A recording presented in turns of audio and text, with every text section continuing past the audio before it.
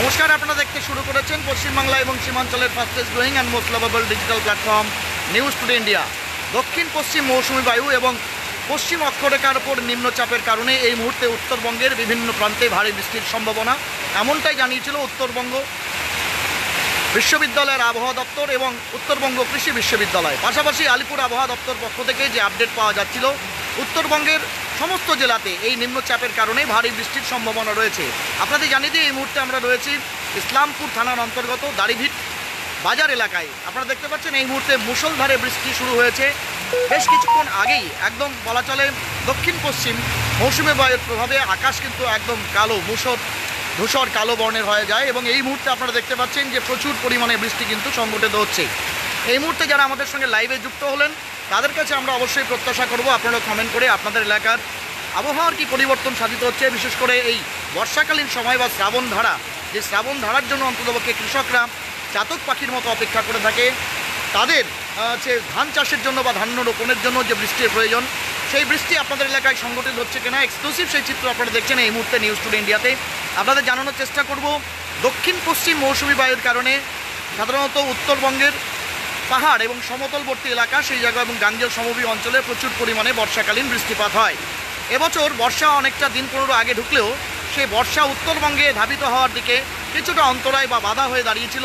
বিশেষ করে গ্লোবাল ওয়ার্মিংয়ের কারণে আবহাওয়ার যে পরিবর্তন সাধিত হয়, সেই পরিবর্তনের কারণে কিন্তু গুমোট গরমে মানুষের নাভিশ্বাস উঠছিল। গত পরশু থেকেই উত্তরবঙ্গের বিভিন্ন জেলাগুলি আলিপুরদুয়ার, কোচবিহার, আলিপুরদুয়ার এবং তার পাশাপাশি জলপাইগুড়ি, দার্জিলিং সমতল এবং তার পাশাপাশি কার্শিয়াং, কালিম্পং এবং দার্জিলিং জেলা পার্বত্য অঞ্চল, তার পাশাপাশি উত্তর দিনাজপুর, দক্ষিণ দিনাজপুর, মালদা বিভিন্ন জায়গাতে হচ্ছে ইনসিসেন্ট ট্রেনিং বা অবিরাম বৃষ্টিধারা বা বাড়িধারা দেখা যাচ্ছে। তার ব্যতিক্রম কিন্তু নয়, ইসলামপুর শহরেও গতকাল রাতে প্রায় বলা চলে হচ্ছে মধ্যরাত পর্যন্ত সামান্য হলেও বৃষ্টি হয়েছে। গ্রামাঞ্চল এলাকাগুলিতে, বিশেষ করে যেই সমস্ত এলাকাতে সবুজ বনানী রয়েছে, সেখানে বৃষ্টির পরিমাণ অনেক বেশি। শহরাঞ্চলে সেই তুলনায় বৃষ্টিপাত অনেকটাই কম। কিন্তু আপনাদের জানানোর চেষ্টা করব বজ্রগর্ভ মেঘ তৈরি হওয়ার কারণে বিভিন্ন জায়গাতে বজ্রপাতের খবর পাওয়া যাচ্ছে। যদিও এখনও পর্যন্ত গোটা উত্তরবঙ্গের বিভিন্ন প্রান্তে যে বৃষ্টি হয়েছে তাতে কোনো প্রাণহানির খবর বা হতাহতের খবর পাওয়া যায়নি। কিন্তু আপনাদের জানানোর চেষ্টা করব আগামী 3 দিন এই নিম্নচাপ, যে নিম্নচাপের কারণে সাধারণত গুমোট গরম এবং তার পাশাপাশি হচ্ছে ভ্যাপসা গরম এখানকার মানুষ হচ্ছে এই মুহূর্তে ফিল করছিলেন। সেই গরম কিন্তু অব্যাহত রয়েছে। তাপমাত্রার পারদ 28 ডিগ্রি সেন্টিগ্রেড সর্বনিম্ন এবং সর্বোচ্চ 28 ডিগ্রি সেন্টিগ্রেড এবং সর্বনিম্ন হচ্ছে 23 ডিগ্রি সেন্টিগ্রেড ছিল। এমনটাই কিন্তু গতকাল পারদ যে হচ্ছে ব্যারোমিটারের যে পারদ তাতে কিন্তু দেখা গেছে। এই মুহূর্তে দেখতে পাচ্ছেন কিছুক্ষণ আগেই কিন্তু দাড়িভিট এবং সংলগ্ন এলাকাতে মুষলধারে বৃষ্টিপাত শুরু হয়েছে। যারা আমাদের এই মুহূর্তে লাইভ দেখছেন, আপনাদের এলাকাতে এই বর্ষাকালীন যে বৃষ্টিপাত সংঘটিত হচ্ছে কিনা তা অবশ্যই আমাদের আপনারা কমেন্টের মাধ্যমে জানাতে পারেন। এক্সক্লুসিভ এই চিত্র আপনারা দেখছেন এই মুহূর্তে নিউজ টুডে ইন্ডিয়াতে।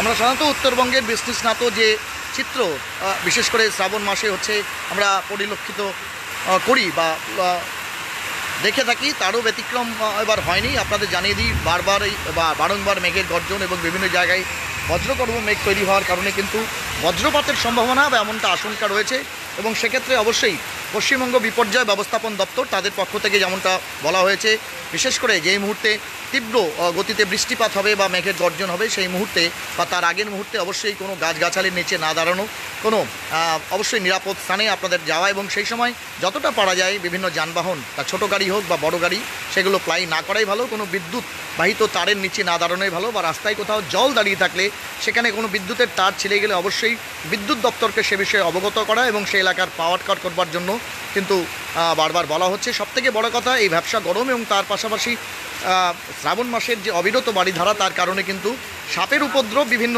বসত বাড়িতে হয়ে থাকে। আপনাদের ইতিমধ্যেই আপনারা অবগত আছেন যে বিভিন্ন জায়গাতে সাপের কামড়ে একাধিক ব্যক্তির কিন্তু মৃত্যুর খবর, বিশেষ করে বিষাক্ত সাপ, সেই সাপগুলি যা সাধারণত জঙ্গল, ঝোপঝাড় ইত্যাদিতে বা মনে করেন যে ড্রেন বা গর্ত ইত্যাদিতে থাকে, সেগুলো কিন্তু এই মুহূর্তে বৃষ্টি স্নাত হওয়ার কারণে বা বৃষ্টিতে ডুবে যাওয়ার কারণে সেখান থেকে কিন্তু সেগুলো মানুষের যে জনবসতি এলাকা সেই এলাকাতে তারা ফিরে যায়।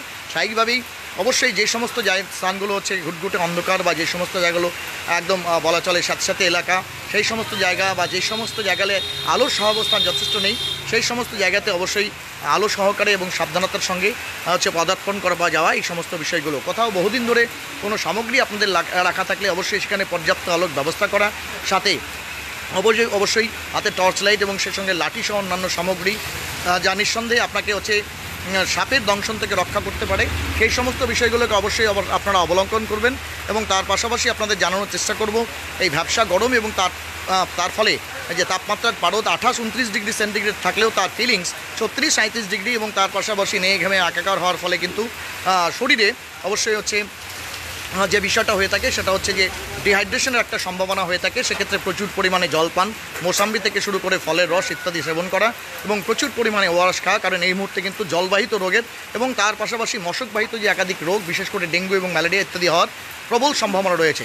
স্বাভাবিকভাবেই আমরা জনগণের প্রতিনিধি হিসাবে অগ্রিম এই ওয়েদার ফোরকাস্টের সময় আপনাদেরকে অবশ্যই এই বিষয়ে সচেতন হতে বলবো। এতক্ষণ আমাদের সঙ্গে লাইভে প্রতিবেদনটি দেখার জন্য অনেক ধন্যবাদ। আপনার খবর, আপনার এলাকার খবর, আপনার এলাকার আবহাওয়া, জলবায়ু এবং তার পাশাপাশি সমস্ত রাজনৈতিক এবং সামাজিক খবর আমরা সবসময় আপনাদের সামনে যথাযথভাবে তুলে করার চেষ্টা করি। এতক্ষণ আমাদের সঙ্গে লাইভে জুড়ে থাকার জন্য অনেক ধন্যবাদ। নিজের এলাকার খবর দেশ দশকে দেখবার জন্য বেশি করে শেয়ার করুন। জুড়ে থাকুন নিউজ টুডে ইন্ডিয়াতে।